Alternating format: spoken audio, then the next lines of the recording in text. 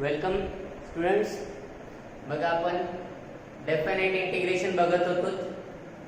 तर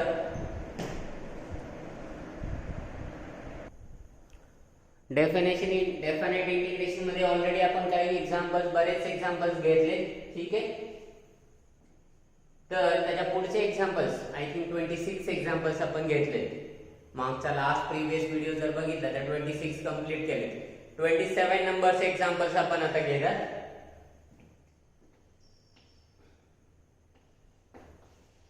evaluate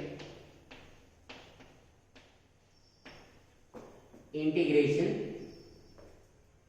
0 to pi by 2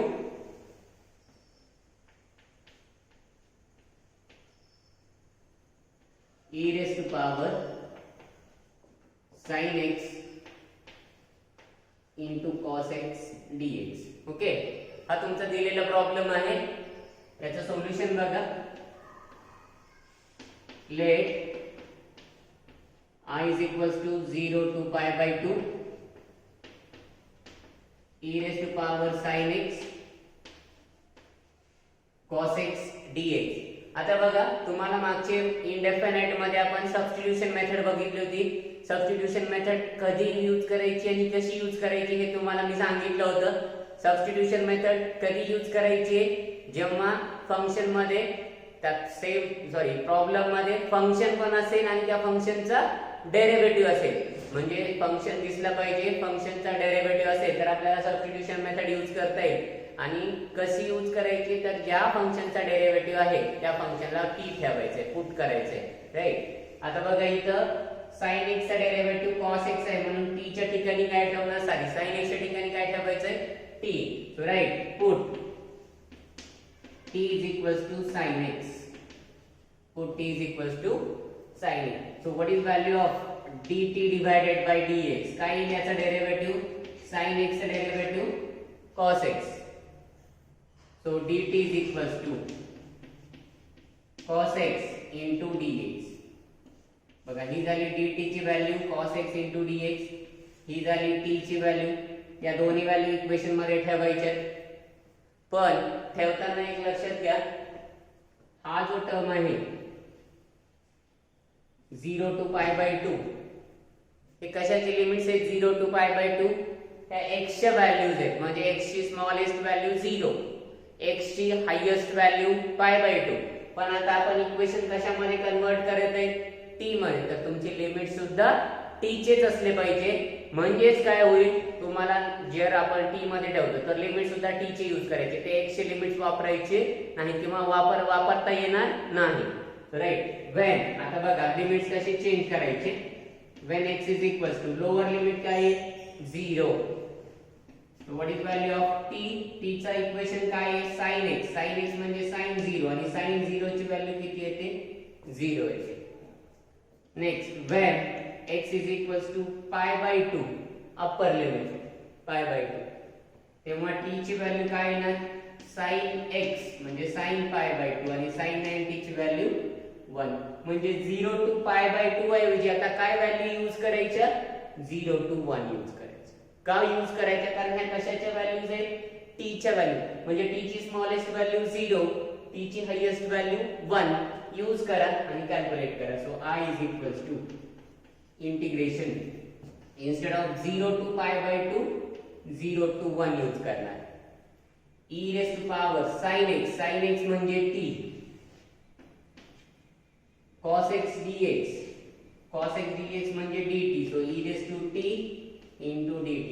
फक्त इथं व्हेरिएबल चेंज झाले dt आणि t मध्ये आले म्हणून फॉर्म्युला चेंज होईल का? नाही. e raised to t चे इंटिग्रेशन काय येणार? e raised to t चे येणार.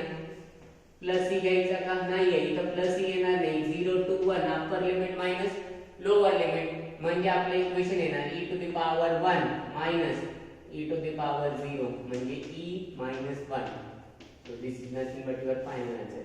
या टर्मची व्हॅल्यू 1 येते, याची value e. So this is your final step.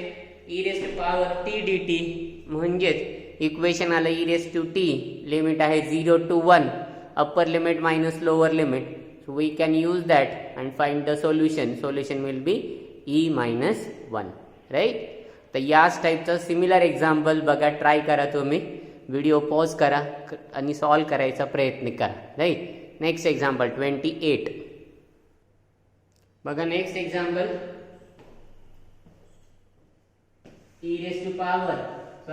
Evaluate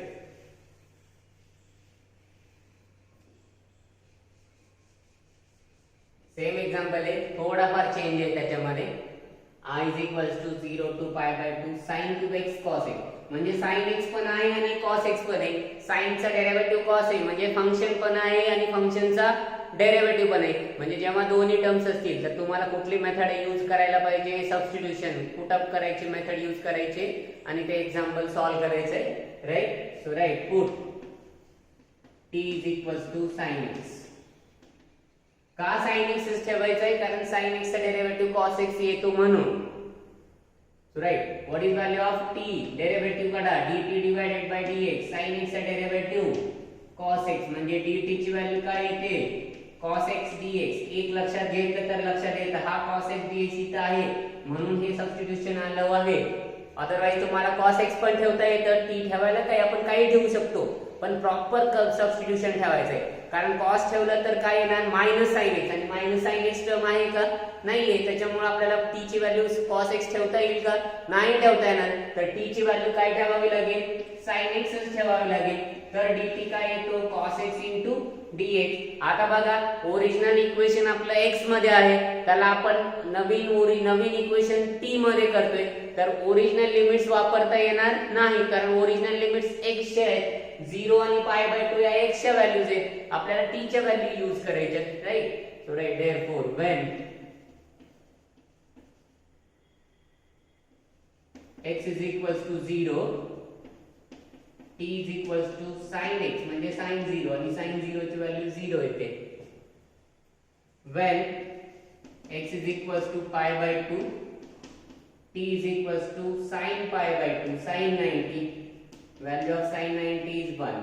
So instead of 0 to pi by 2, new limits are 0 to 1. Why we have to use new limits? Because we have already substituted the value. आणि value substitute केल्यामुळे limit सुद्धा substitute करायचे. इथं थोडासा बदल आहे फक्त या लिमिट्सचा. इंडेफिनेट मध्ये आपल्याला लिमिट्स बदलायची गरज नव्हती, कारण तिथे लिमिट्स दिलेले नव्हते. प्लस सी वापरून आपण इंडेफिनेटचे सगळे एक्झाम्पल्स यूज केले. इंडेफिनेट म्हणजे लिमिट दिलं तर प्लस सी घ्यायचं नाही, लिमिट नाही दिले तर प्लस सी घ्यायचं, एवढं लक्षात घ्यायचं. Right. So i is equals to 0 to pi by 2 च्या ऐवजी 0 to 1. sin cube x, t ची व्हॅल्यू sin x म्हणजे ही काय येणार व्हॅल्यू? t cube. आणि cos x dx या टर्म साठी काय वापरणार? dt. t cube dt. So what is integration of t cube? t cube चं इंटिग्रेशन काय येतं? जसं x cube चं काय येतं? t raised to power 4 divided by 4 and limits are 0 to 1. त्याला 1/4 बाहेर घ्या. t raised to power 4 limits are 0 to 1. So 1/4 into 1 raised to power 4 minus 0 raised to power 4. So 1/4 into bracket 1 minus 0. 1 minus 0 ची value 1. So 1/4 into 1 means 1/4. So I is equals to 1/4. This is the final answer. I is equals to 1/4. Okay. Next similar type आहे, तुम्ही third example बघा, solve करा. 20 number 9. चला next problem बघा. Problem number 29. तर तो काय आहे problem number 29? Evaluate 0 to pi by 4 e raised to power tan x into sec square x dx. tan x पण आहे, tan x चा डेरिव्हेटिव्ह कोण आहे? sec square x म्हणजे फंक्शन आहे, फंक्शनचा डेरिव्हेटिव्ह आहे. जेव्हा दोन्ही टर्म इक्वेशन मध्ये असतात कुठली मेथड वापरतो आपण? पुट करतो आपण, आणि ज्या फंक्शनचा डेरिव्हेटिव्ह आहे त्याला t पुट अप करतो. म्हणजे इथं tan x चा डेरिव्हेटिव्ह sec square x येतो, म्हणजे sec square x dx ही टर्म ऍडजस्ट होऊ शकते, म्हणून t ची व्हॅल्यू tan x ठेवायची. इथं sec square x ठेवता येतो पण त्याचा डेरिव्हेटिव्ह ऍडजस्ट होत नाही, म्हणून ती टर्म ठेवता येत नाही. तर तुम्हाला काय ठेवावं लागेल? Put t is equals to tan x. What is derivative of tan x? So dt divided by dx is equals to sec square x. So what is value of sec dt? Sec square x dx. म्हणजे t ची value tan x तर dt ची value sec square x dx. म्हणजे आता original equation x मध्ये होतं, नवीन equation t मध्ये येतोय. म्हणजे ओरिजिनल जुने लिमिट्स नाही जाणार, आपल्याला नवीन लिमिट्स यूज करावे लागतील t चे. तर t चे युनिट बघा 0 आणि x is equals to pi by 4 या दोन व्हॅल्यूज आहेत. जेव्हा t ची व्हॅल्यू x ची व्हॅल्यू 0 असेल तेव्हा t ची व्हॅल्यू tan x म्हणजे tan 0 ची व्हॅल्यू 0 असेल. when x equals to pi by 4 म्हणजे tan 45 डिग्री किती येतो 1 येतो. म्हणजे instead of 0 to pi by 4 we have to use 0 to 1.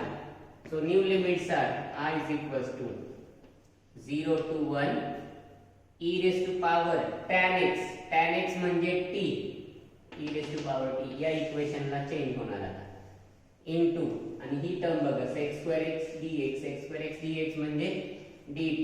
so e raised to power t into dt.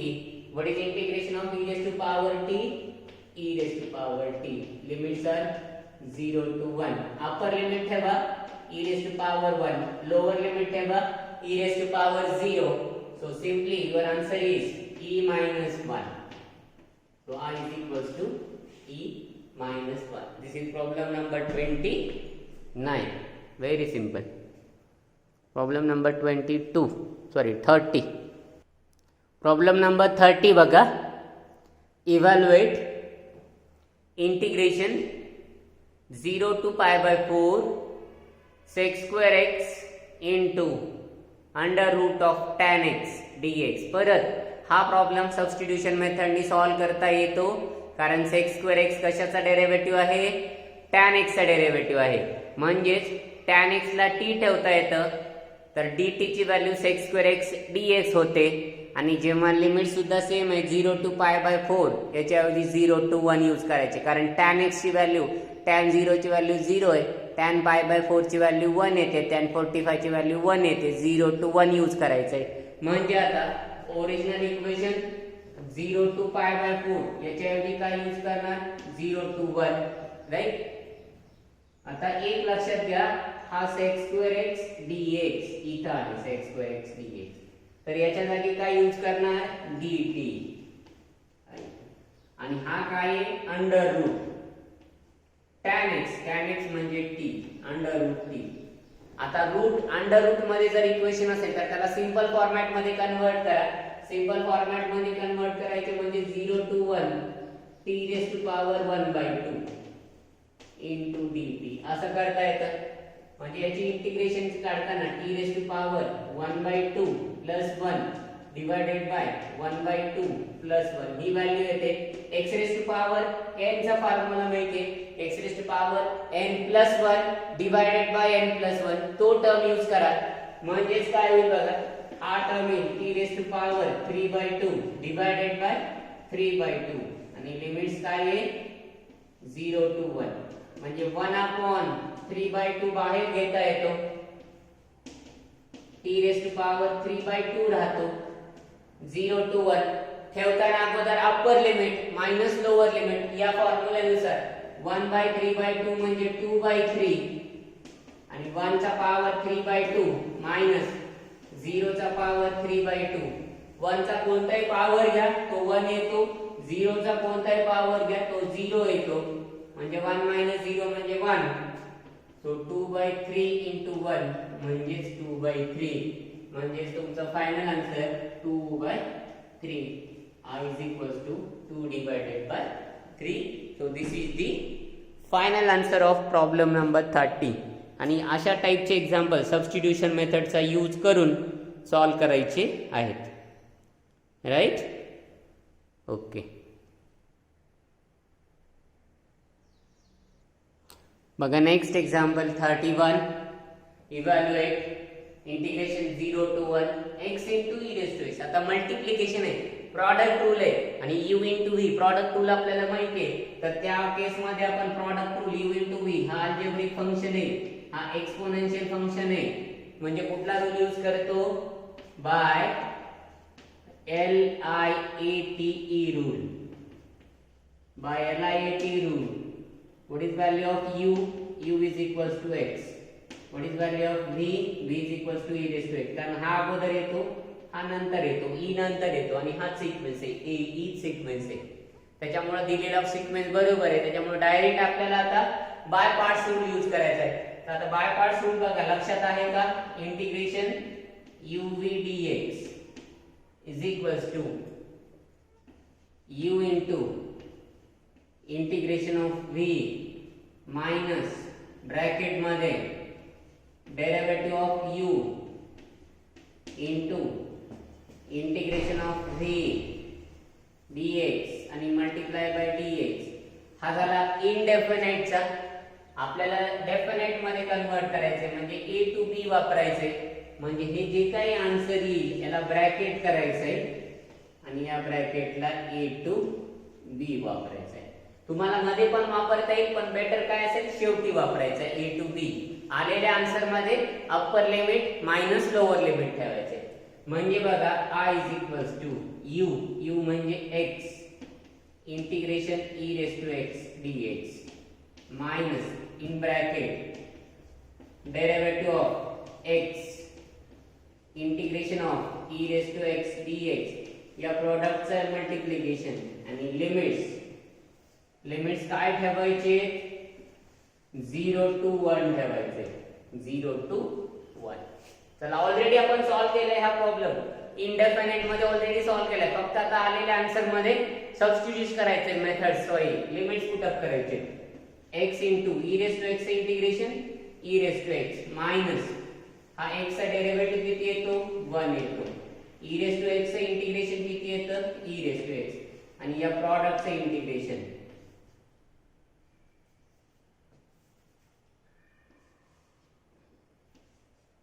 and new limits are 0 to 1, right? So it is equals to x into e raised to x minus what is product of 1 into e raised to x? E raised to x into dx and the new limits are 0 to 1, right? So therefore x into e raised to x minus what is the integration of e raised to x?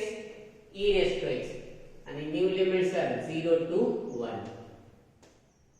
Right. चला ठेवा upper limit minus lower limit किंवा e raise to x common पण घेता येते. e raise to x common घेतला तर x minus 1 येतो म्हणजे 0 to 1 e raise to power 1 1 minus 1 e raise to power 0 0 minus 1. तो e रेज टू पॉवर 1 म्हणजे e multiply by 0 e raise to power 0 ची value 1 1 multiply by minus 1. So 0 minus of minus plus 1, 0 plus 1 म्हणजे 1. So I is equals to 1. So this is the final answer. हा integration by parts product rule वापरतो आपण. Product rule मध्ये u into v decide करण्यासाठी LIAT रूलचा use करून हे example solve केले, right. या स्टेपचं तुम्ही नेक्स्ट एक्झाम्पल सॉल्व करा. 32 इव्हॅल्युएट. बघा पुढचं एक्झाम्पल तुम्ही सॉल्व करा. 0 to pi by 4 x into sec square x. आता याच्यामध्ये x म्हणजे अल्जेब्रिक आहे, सेक स्क्वेअर एक्स म्हणजे ट्रिग्नोमेट्रिक आहे. u आणि v ची व्हॅल्यू आयडेंटिफाय करा. अल्जेब्रिक आणि ट्रिग्नोमेट्रिक at म्हणजे a चा अगोदर येतो म्हणजे दिलेला सिक्वेन्स बरोबर आहे. म्हणजे u ची व्हॅल्यू x, v ची व्हॅल्यू सेक स्क्वेअर एक्स. चालो पुढे सॉल्व करायचंय, राईट. बघा हा तुमचा अल्जेब्रिक फंक्शन आहे, हा ट्रिग्नोमेट्रिक फंक्शन आहे. So by LIAT rule, u is equals to x, v is equals to sec square x. चलो सोल्यूशन काढा. u म्हणजे x integration of sec square x dx minus derivative of u derivative of x integration of v म्हणजे sec square x या प्रॉडक्टचं integration आणि limit 0 to pi by 4 in bracket close, right. So it is equals to x into what is the integration of sec square x? Sec square x का integration tan x minus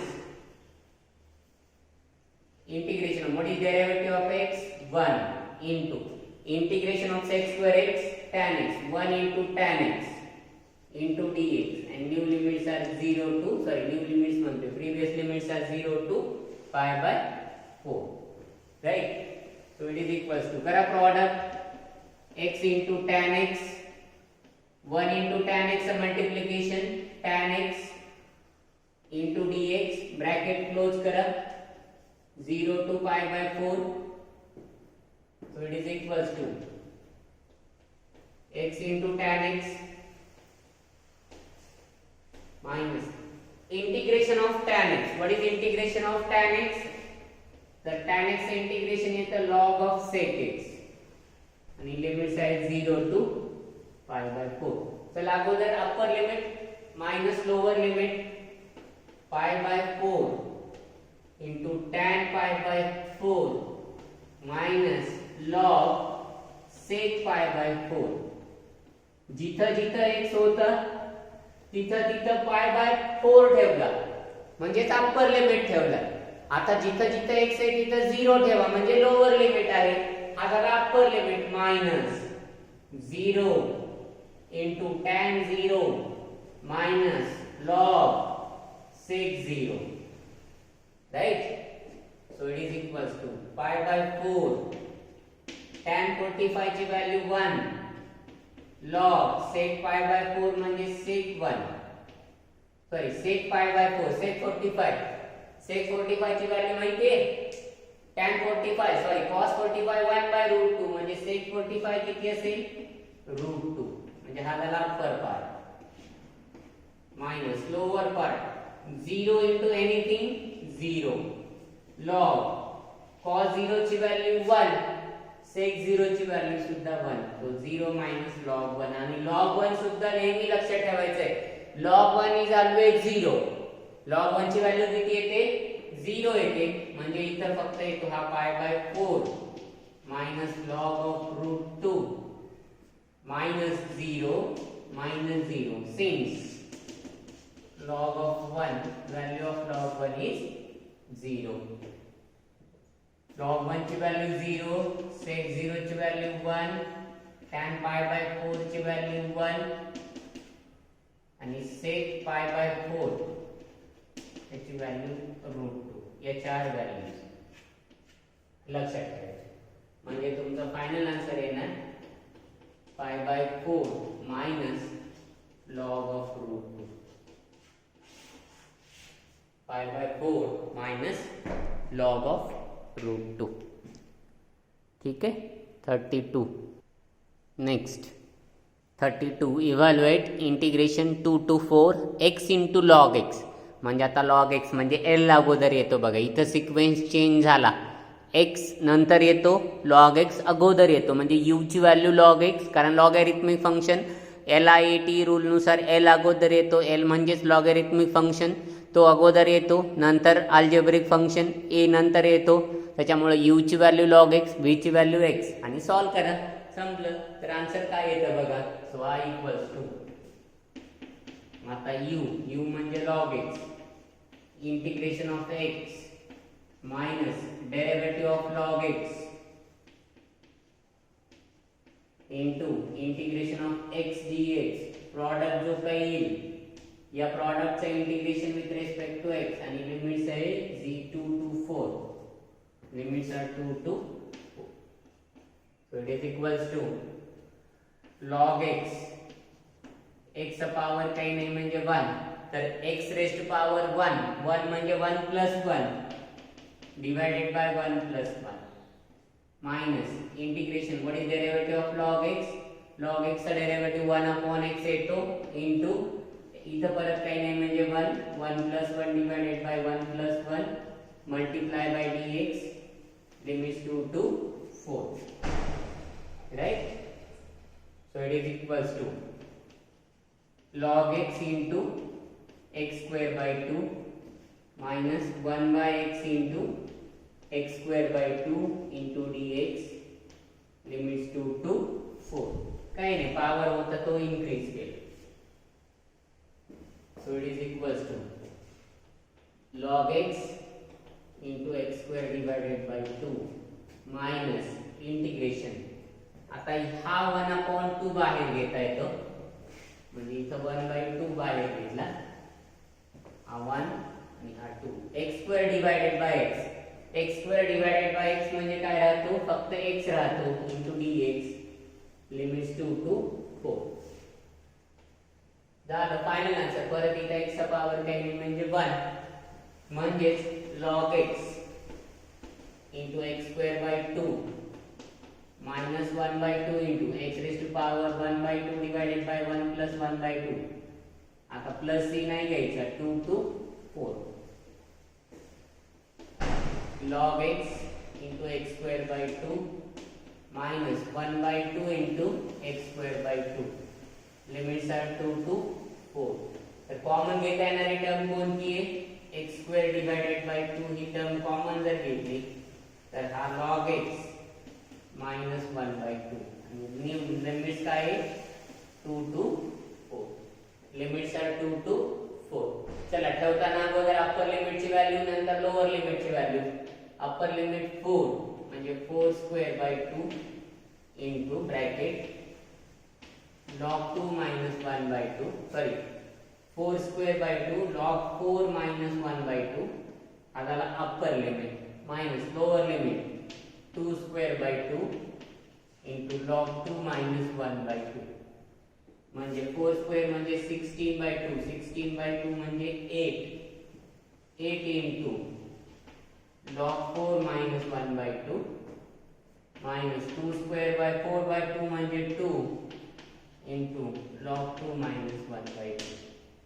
And this is your final answer. I is equals to 8 into log 4 minus 1/2 minus 2 into log 2 minus 1/2. So this is problem number 32. पुढचं example बघा. Evaluate integration 1 to e log x into dx. आता log x आलाय, direct log x चं integration 1/x लिहू नका, कारण log x चा integration 1/x नाहीये, तर log x चा डेरिव्हेटिव्ह 1/x आहे. तर त्यावेळेस इथं तुम्हाला आपण मागच्या पण इंडेफिनिट मध्ये जर सेकंड फंक्शन अवेलेबल नसेल तर 1 into 1 घेऊन आपण सॉल्व्ह केलं होतं. आणि log x म्हणजे लॉगॅरिथमिक फंक्शन इंटू 1 हे अल्जेब्रिक आहे, त्याच्यामुळे LIT मध्ये L अगोदर येतं, म्हणजे log x अगोदर v नंतर 1 येतो. म्हणजेच बघा हा log x logarithmic function 1 algebraic function LIT नुसार log x आणि 1 नंतर येतो. सो u म्हणजे log x, v म्हणजे 1, derivative of log x integration of 1, right. तर ही टर्म काय येते बघा, log x into what is integration of 1x minus derivative of log x 1 upon x, integration of 1x multiply by dx, limits 1 to e. Okay, so it is equals to log x into x ला असं लिहिता येतं x into log x minus हा 1 upon x हा x cancel होतो, म्हणजे integration मध्ये 1 into dx राहतो, लिमिट्स 1 to e. चला तुमचं बघा आन्सर काय येतं, x into log x minus again what is integration of 1 into dx, x, so x minus log x into x 1 to e. चला x कॉमन घेता येतं, so log x minus 1 and limits 1 to e. चला अगोदर upper लिमिटची value e into log of e minus 1 minus 1 into log 1 minus 1. नेहमी लक्षात ठेवा log 1 ची व्हॅल्यू 0 येते आणि log e याची व्हॅल्यू 1 येते. log 1 ची व्हॅल्यू 0 आणि log e ची value 1, so e into 1 minus 1 minus 0 minus 1, so it is e into 0 minus of minus 1 म्हणजे plus 1, so 0 plus 1, so answer is 1. So I is equals to 1. Final answer, I is equals to 1, and hence this is by multiplication rule, u into व्हीचा use करून आपण हा problem solve केला. MCQ आहे, simple examples करा, खूप छोटे छोटे एक्झाम्पल्स. आपण तसं बघितलं तर छोटे एक्झाम्पल्स तर ऑलरेडी घेतलेत, पण थोडेसे हायरचे, थोडेसे ज्याची लेंथ जास्त आहे असे सुद्धा एक्झाम्पल घेतले. लेंथ जास्त असलेले एक्झाम्पल्स शक्यतो एक्झाममध्ये विचारले जात नाहीत, कारण MCQला वेळ कमी असतो आणि वेळ कमी असल्यामुळं शॉर्ट एक्झाम्पल्स जास्तीत जास्त विचारले जातात. पण आपण शॉर्ट तर ऑल घेतलेत, लॉंग पण घेतले. त्याच्यामुळे जर एखाद दुसरा प्रॉब्लेम मोठा आलाच, एखाद दुसरा येऊ शकतो. तुमच्या 40 क्वेश्चनमध्ये एखादा प्रॉब्लेम येतो, त्याला थोडंसं सॉल्व करावं लागेल. अदरवाईज एक तर डायरेक्ट फॉर्म्युले पार्ट, तर फॉर्म्युल्यावरतीच जास्तीत जास्त डिपेंड आहे. आणि त्यातल्या त्यात फॉर्म्युले डेरिव्हेटिव्हचे सिंपल फॉर्म्युले, डेरिव्हेटिव्हचे कंपोजिट फॉर्म्युले करा. इंटिग्रेशनचे सिंपल फॉर्म्युले, इंटिग्रेशनचे कॉम्पोजिट फॉर्म्युले, आणि इनडेफिनेट इंटिग्रेशनचंच पुढं एक्सटेन्शन आपण युनिट नंबर 3 आता जो कंप्लीट करतोय तो आहे तुमचा डेफिनेट एक्झाम्पलमध्ये सुद्धा त्याचे एक्झाम्पल, छोटे छोटे एक्झाम्पल सिंपल फंक्शनचे आणि कंपोजिट फंक्शनचे सॉल्व करायचा प्रयत्न करा. ठीक आहे, असाइनमेंट देतो, सॉल्व करता आली तर बघा. असाइनमेंटमध्ये पहिले 3 एक्झाम्पल जे आहेत ते सबस्टिट्यूशन मेथडनी सॉल्व करावे लागतील, कारण प्रत्येक पहिल्या 3 एक्झाम्पल जर बघितलं तर e⁻x चा डेरिव्हेटिव्ह e⁻x आहे पहिल्या एक्झाम्पलमध्ये, साईनचा डेरिव्हेटिव्ह कॉस आहे दुसऱ्या एक्झाम्पलमध्ये, टॅनचा डेरिव्हेटिव्ह sec²x आहे तिसऱ्या एक्झाम्पलमध्ये. म्हणजे पहिले 3 एक्झाम्पल सबस्टिट्यूशन मेथडनी सॉल्व करायचे. आणि चौथा, पाचवा, 6वा लक्षात येतो का बघा, प्रॉडक्ट रूल म्हणजे by parts rule, integration by parts, LIAT रूलनुसार x into sine x, trigonometric आणि अल्जेब्रिक. 5वं एक्झाम्पल x आणि e⁻²x म्हणजे अल्जेब्रिक आणि एक्सपोनेन्शियल.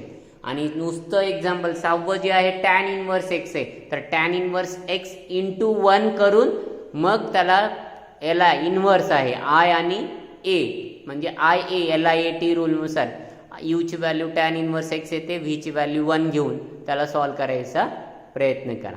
ओके. आता या युनिट नंबर 3चा फक्त एक पॉइंट राहतोय, प्रॉपर्टीज ऑफ डेफिनेट इंटिग्रल.